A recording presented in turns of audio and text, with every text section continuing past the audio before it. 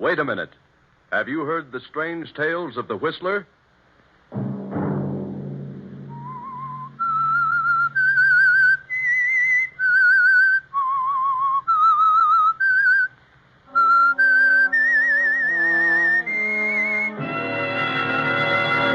I'm the Whistler.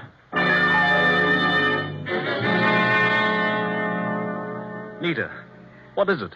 What's wrong with you? I don't know. All of a sudden, I got a terrible feeling. A horrible feeling of foreboding. I'm frightened, Tom. Another Sunday night, and again CBS presents The Whistler.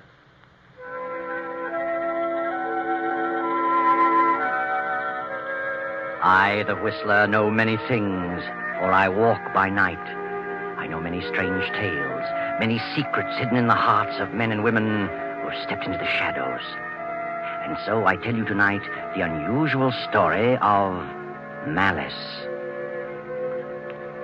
Dr. Jacob Benton is the wealthiest citizen in a certain upstate county, as well as its most prominent physician and surgeon. Jacob Benton is a proud individual, proud of the fact that he comes from a long line of highly successful surgeons. And his greatest ambition is that his son, Tom, will follow in his footsteps and carry on the family tradition. Jacob has also a nephew, Harvey, son of Jacob's scapegoat brother, who married a girl from the wrong side of the town and finally disappeared, leaving Jacob to take care of his young son. After finishing high school, Tom and Harvey entered medical school. Harvey followed through and is to graduate next week. But Jacob's son, Tom, at the end of his third year, wandered over to the East Bottoms at the lower end of town and met a girl, lost interest in medicine, and refused to go back to school. Tom. Yes, Father? Come into the library. What do you want? Where have you been? It's 2 a.m. Why, I've been to a party. Where? A house party. On the other side of town? Yes. In the East Bottoms. You've seen that girl, that Nita, again, haven't you? Yes. What of it? What of it? You're a disgrace to the name of Benton. I've told you time and again that you don't belong over there. I like Nita because she's honest and genuine. She's not filled with a lot of silly ideas like Eloise. Eloise is a fine girl. She belongs to an excellent family. Oh, bosh. Eloise is a phony. Nita's a real fellow. If you become serious about this girl, you'll be ostracized. I know all about poor Uncle George. He went over to the East Bottoms and met a girl and went to the dogs. But it wasn't the girl. He was no good in the first place. He was a stubborn fool, just like you. I resent being told who and when and where. Are you in love with this girl? Yes. I'm terribly disappointed in you, Tom. I'd prayed that you'd become a surgeon. I don't like medicine. You were wrapped up in your studies until you met this girl. That's what you think. I'm ashamed of you. Your cousin Harvey came from the lower end of town. I made him see the light. And then think of it. You about face and walked right into it. You quit school and he graduates next week. All right, his name's Benton, too. Let him carry on. He likes medicine. It bores me. This girl has made a fool of you. Oh, I could kill her. I think I'd better go to bed. Good night. Good night, young idiot. He's going to finish school if I have to... What's all the racket about down here? Oh, come in, Harvey. I heard voices. Yes, it was Tom. He's been to a party across town. Been out with that cheap girl again, that Nita. Are you sure? He admitted it. Says he's in love with her. Tossing his career to the winds over a woman like that.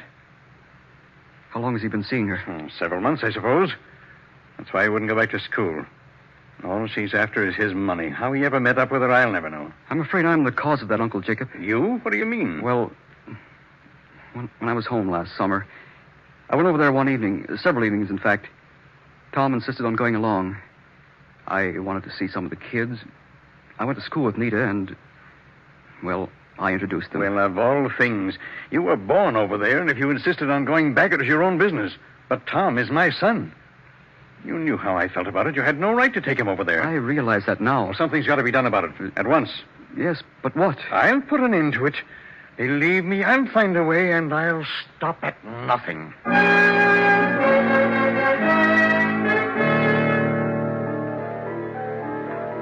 For the remainder of the night, Jacob sits in the library studying the problem of what to do about Tom. And upstairs, young Harvey paces to and fro, pondering over the same question. The next morning, Harvey goes to the lower end of town to visit Nita. Hello, Nita. Harvey. Why, I didn't know you were back in town. You didn't? I came home last night. I'm going back in a few days for graduation exercises. Have you missed me, Nita? Why, yes. Why haven't you written me in the last month or so? Well, I've been busy. Been across town lately? No, why should I? You know, it's a strange thing about this section called the East Bottoms. It means more than just a place. It's a huge barrier, an insurmountable obstacle. I was born over here, same as you. But I got an idea that I could cross over, and in time I'd be accepted as one of them. But I finally realized that I would never be accepted. I'd only be tolerated. I'd never be able to practice medicine over there. I think that's all imagination. I told you I had definitely decided to come back here and settle down. That's why I asked you to marry me. I'm not satisfied here. Since when? I've never been satisfied here. You belong here, Nita. You'll never be able to cross over. You'd be miserable. I know. Maybe. And Tom would never last over here. He'd wash up, just as my father did. What are you talking about? I know what's happened. You're throwing me over for Tom. What? You're after Tom because you think he'll take you out of this. Set you up on the other side. Well, he won't. He'll have to come over here, and he won't have a dime. You're not really in love with Tom. I am in love with him, and he loves It me. won't last a month. I'll make it last. Oh, don't be a fool, Nita. Tom's father thinks you're a good-for-nothing, and he'll never change. I don't care. I love Tom. And when it came to a showdown, Tom would walk out on you. I'm going to marry him. I've made up my mind. Then there's nothing more I can say. Goodbye, Nita. Goodbye.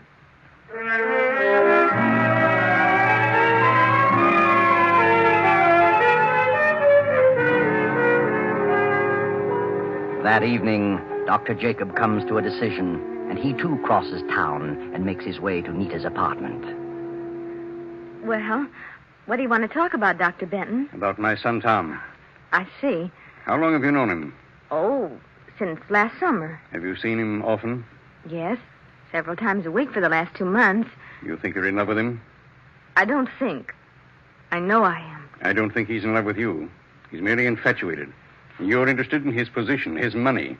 You can think whatever you like. I'm familiar with your type. My type? What's the matter with me? Are you aware of what you're doing to my son? I've done nothing at all. You've caused him to drop his career. Tom has a tradition to fulfill. He comes from a fine family. And I won't have him throw it all to the wind because of a silly infatuation. It isn't an infatuation. He must marry someone in his own class. Someone who'll inspire him to carry on his career. I didn't talk him out of his career. He says he doesn't like medicine. The right girl wouldn't allow him to stray. She would encourage him to follow through. The right girl. Family. Tradition. It's all a lot of bosh. Everybody in this town has made up his mind that the East Bottoms mean the difference between somebody and nobody. Well, I haven't. I'm made of the same stuff as you or Tom or anybody else over there. I have a right to a decent existence. If it's money you want, I'll give you money to let him alone. I'll give you a lot more than you'll ever get from Tom if you marry him. Money? You'd pay me to give him up? Yes. Here. Here's a check for $5,000. $5,000? Is that all your son is worth to you? $5,000? If he were my son, and I thought I could buy his future, I'd give every cent I had. What? You mean you want more than that? Dr. Benton, you don't possess enough money to buy me off. I don't want money. Well, what goes on here? Hello, Tom. You came just in time. What are you doing here, Father? What do you suppose? What's he been saying, Nita? He just gave me this check for $5,000 For what? to let you alone, so you can continue your career. What? He thinks I'm wrecking your life. He is. That settles it. We'll get married tonight. You won't get married tonight, not in this state. We'll fly over to the island. That's in another state. They don't have the 3-day law. Get your things, Nita. If you marry this girl, I'll never give you another cent. I'll get along. Come on, Nita. Tom, I'll stop at nothing to break this up. I promise you'll regret this moment so long as you live. Let's go, Nita.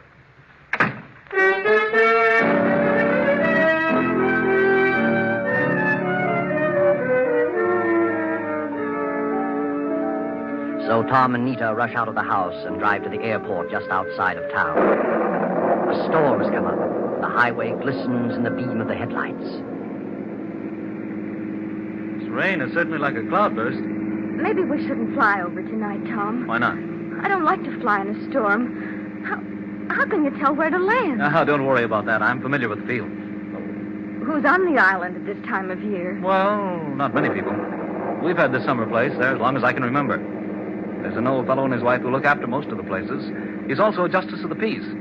He can marry us, we'll spend the night at our place, and then we'll go someplace else tomorrow. Tom, are you sure you want to go through with this? Certainly. Why do you ask? Your father meant what he said. Is it worth it? To give up everything? You're worth a dozen family fortunes. But now that I think about it, well, he sort of frightened me. He didn't frighten me. Oh, the way he said it made chills run up my spine. Said what? You'll regret this moment so long as you live. Oh, he was just bluffing. But somehow, I don't think he was. He can cut me off, but we'll get along. Tom, why don't you finish your studies? I told you, darling. I don't like medicine, and I never will.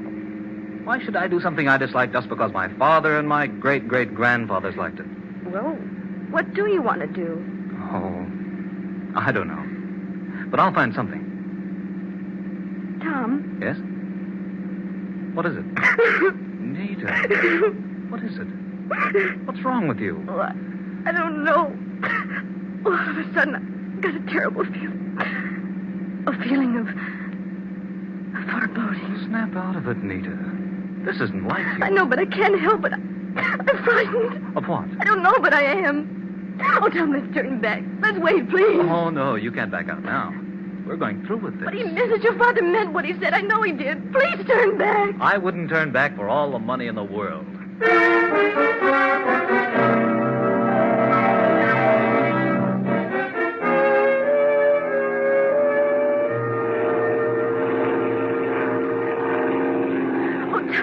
I can't see a thing. No lights, nothing. Now, don't worry. I don't need lights to land. We should have come in a boat. No, it's too choppy for a boat. This is the only way in weather like this. Tom, there, I see a light. Just went on. Yeah? Old Jenkins probably heard us. The light is swinging. Yeah, that's it. That's the field. It's a tiny one, but I can make it. There's a light. Yeah. We're all right now. Hang on. I'm going to set her down. Tom, look out those trees. Pull up.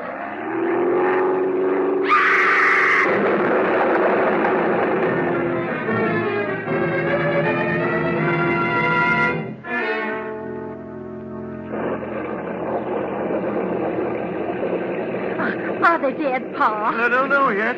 Good thing it didn't catch fire. Oh, who are they? No. I'll hold the lantern down here. It's a woman. Don't recognize her.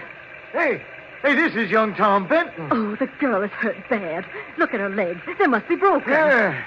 Come along. We'll get him over to the house. Phone Doc Benton.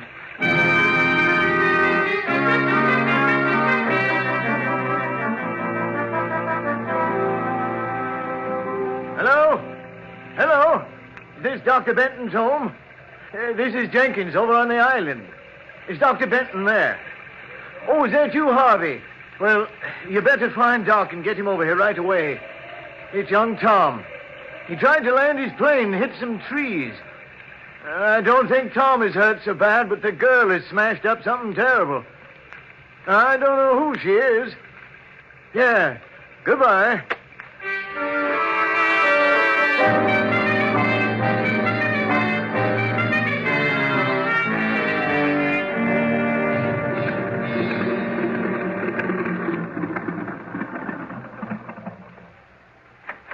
Well, it didn't take you long to get here, Harvey. We've got him over at our place. How in the world did Tom hit those trees? I had no trouble seeing the field. The lights weren't on when Tom came in. Didn't even hear his motor until it was too late. He should have phoned me. He was coming. Hey, where's Doc Benton? He was out on the case. He left his patient's house, so I left a message telling him I was going ahead and to come as quickly as possible. I brought some medical supplies. Here we are. Tom's over there on the couch. They put the girl in the bedroom. Few cuts on him. Don't think he has any broken bones. Oh, nasty bump on the head. Maybe a slight concussion. Well, I better have a look at the girl. Looks to me like both her legs are broken. Nita. Poor kid. You know who she is? Yes, I know who she is. Was I right about her legs? Yes. Both rather badly smashed up. Where were they going on a night like this? I imagine they came over here to get you to marry them. Marry him? Well, I'll be darned. Wonder why he didn't phone me first. They were in too much of a hurry, I suppose. Too bad. She's in a very critical condition. Extreme shock. Better get some hot water and plenty of blankets. Yeah, right away. Get the house as warm as possible and put more blankets on Tom. I'll be right back. Martha, Yes?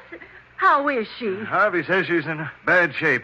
Gather up all the bedclothes and coats you can. Got to cover 'em up good. Put on plenty of water to heat. I'll build up the fire.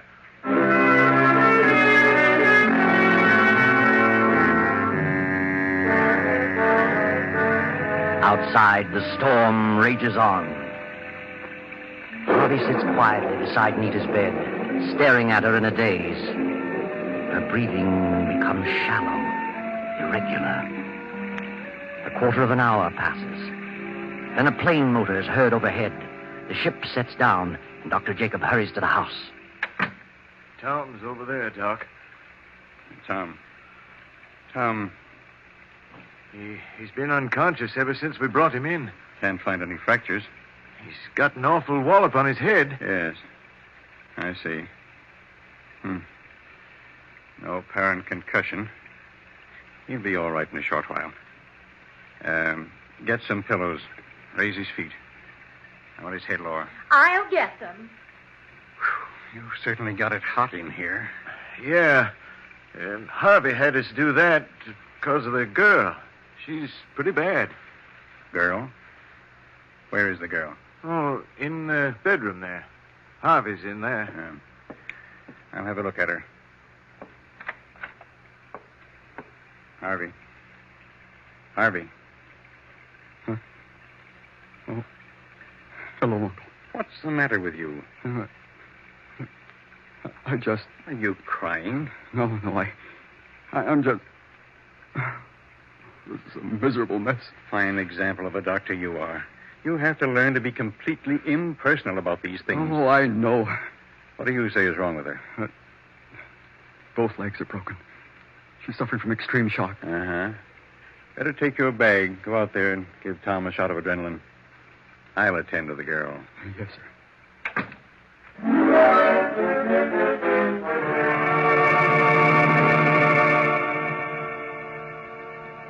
Harvey gives Tom the adrenaline and proceeds to attend to the cuts and bruises. Then he moves to the fireplace and sits staring into the blaze. The storm rages on, and the minutes drag slowly along. 10, 20, 30. Then Dr. Jacob steps out of the bedroom. Harvey, Yes, sir? has Tom come out of it yet? Not yet. But he shows improvement. He'll be all right in a little while. I see. Jenkins, Yes, Doc? get us something to make a pallet. We'll carry him down to the plane and take him over to the hospital. Sure, right away. I'll get 4 poles and some rope. I'll have 2 made in a jiffy. Never mind 2, just 1. The girl is dead.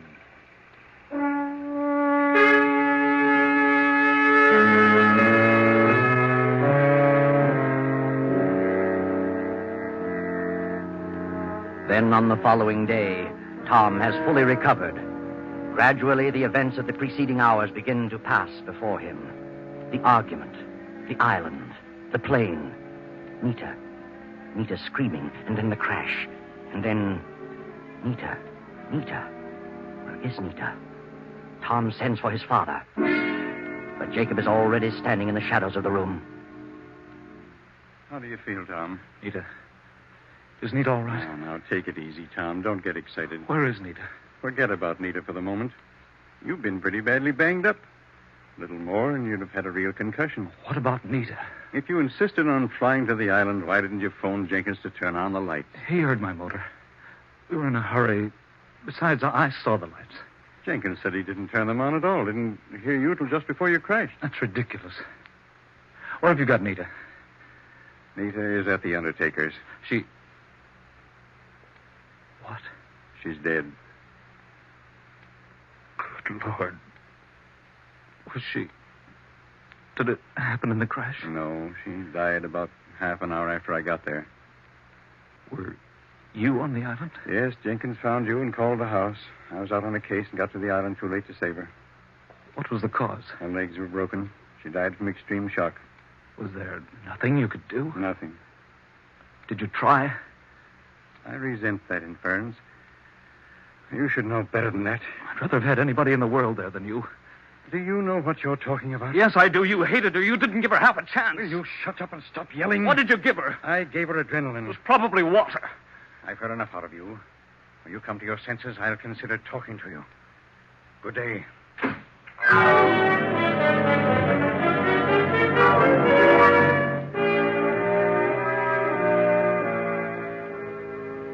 Now Tom, his mind filled with suspicion, his heart burning with hatred, throws on his clothes, dashes out of the hospital, and goes to the island. He reviews the whole situation with Jenkins. Each incident from the time he first heard the plane motor to the moment they took him to the hospital. Tom returns to town, arranges for an autopsy, and is now talking to the autopsy surgeon. Well, Dr. Groberg, how about it? What's your report? Well, both legs were fractured, but there was no compound fracture. There were several minor lacerations about the body and a head contusion. Nothing there that would have caused death. No, nothing. What else did you find? Any evidence of poison? No, none. She was suffering from shock? Oh, naturally, but not extreme shock. Then she didn't die from shock. Death from shock would have been prevented by the adrenaline administered. Then you found adrenaline present? Yes. That is what I can't understand. What do you mean? Well, one of the most difficult things to diagnose is the difference between extreme shock and internal hemorrhage. There was internal hemorrhage? Certainly. And this one was one of the easiest to diagnose I've ever seen. As you well know, adrenaline in internal hemorrhage is absolutely contraindicated. In other words, you think her death was caused by the administration of adrenaline? I do, definitely. But those things happen sometimes, regardless of how hard we try. Yes. Well, thanks, Doctor. I'll see you later.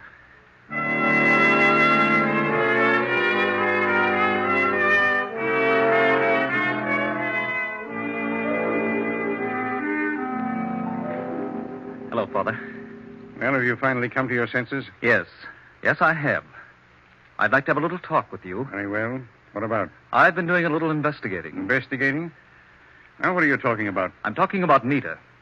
Are you going to start on that again? I am. And I'm going to follow it to a conclusion. I don't want to have anything more to do with it. But I do. I've had a hard day, and I don't care to listen to any more of your idiotic babblings. How would you like to have the grand old name of Benton, the untarnished reputation of your long line of surgeons, blasted to 1,000 pieces? What are you talking about? How would you like to have it known that you, the eminent Dr. Benton, the trusted, the revered Dr. Jacob Benton, deliberately and with malice aforethought, caused the death of a girl? How would you like that? You're insane, positively mad. Oh, no, I'm not. I've gone back over the whole thing. I know you hated Nita. You said I'd regret the day so long as I lived. You threatened to do something, and you did. At your first opportunity. You are crazy. You did everything to separate us. You tried to buy her off. When that didn't work, you killed her. Get out of here. Leave this house. You didn't just let her die. You killed her, murdered her. Get out. I know what I'm talking about. I had an autopsy performed. You what? An autopsy. Go on. She didn't die of shock. What then? She died of a very obvious internal hemorrhage, aggravated by adrenaline, which is contraindicated. You're a specialist in that line. You couldn't have made that mistake in 1,000 years. But I was positive it was shock. You knew what it was. No, I must have been wrought up. I could have made that one wrong diagnosis that happens once in 1,000 times. Oh, no, I saw the body. I could tell. With as little medical experience as I've had. Tom, you mustn't say anything further about this. Why not? It would ruin my reputation. Oh, now you're worried about your reputation. What's that compared to the girl I Oh, love? but Tom, listen to me, please. Good night. Wait a minute. Wait, Tom. Well, What do you want, Harvey? I heard you. I heard every word. So what? I can't let it go on like this. I can't let you do this to your father. What's it to you? You keep out of it. No, Tom, now listen. You're wrong. I know what I'm talking about. Nita was murdered, and I can prove it. Your father had nothing to do with it. Harvey, that's enough. Leave us alone. I won't. I can't stand by quietly and see this happen to you. I won't. Leave this room, Harvey. Don't say another word. Now, wait a minute. What are you trying to say, Harvey? I did it. Your father's trying to cover up for me. What do you mean? He wants to save my future reputation. If it got out, it would be a blot against me. What would be? When Jenkins called, your father was out. He told me what had happened. I left a note for your father, took an emergency bag, and flew to the island in hopes I could do something. Go on. I thought Nita was suffering from shock. I was terribly upset because I was in love with her. So I gave her adrenaline. I wasn't experienced enough to recognize symptoms of hemorrhage. Is that the truth? Yes, now that he's told it, there's nothing I can do. I knew in an instant it was hemorrhage. When I saw the adrenaline vial, I knew what a terrible mistake he'd made. He was emotionally upset over the girl, and I wanted to give him a chance. It was done. I tried my best to pull her through, but it was too late. I'm sorry, Tom. Terribly sorry. Harvey guiltily leaves the library and goes up the stairs to his room. Tom stands staring at Jacob, then drops into a chair and begins to sob softly. A few minutes pass, then a shot. Tom and his father leap to their feet, rush up the stairs and into Harvey's room. Harvey is sprawled dead over the desk, a gun in his hand, and on the desk a note addressed to Tom. Read it, Tom. Dear Tom, I can't stand it any longer. It's been driving me crazy from the moment I did it. Nita's face is before me every second of the day and night. I was in love with her. But when she ran away with you, I lost my reason. I imagined she'd be better off dead. I was filled with hatred. I knew she was suffering from hemorrhage, but I gave her the adrenaline in a bit of revenge. Now it's driving me mad. Forgive me. Harvey. Well, that's the end. Another case of jealousy. Another example of the futility of allowing oneself to become a victim of the green-eyed monster, jealousy.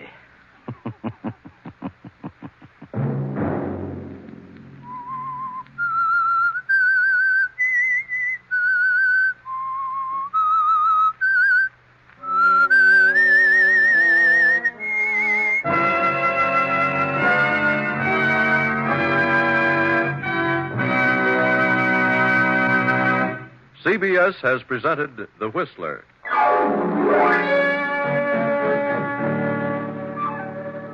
Original music for this production was composed and conducted by Wilbur Hatch. The Whistler is written and directed by J. Donald Wilson and originates from Columbia Square in Hollywood. Next Sunday, 9:15. I, the Whistler, will return to tell you another unusual tale. Good night. This is the Columbia Broadcasting System.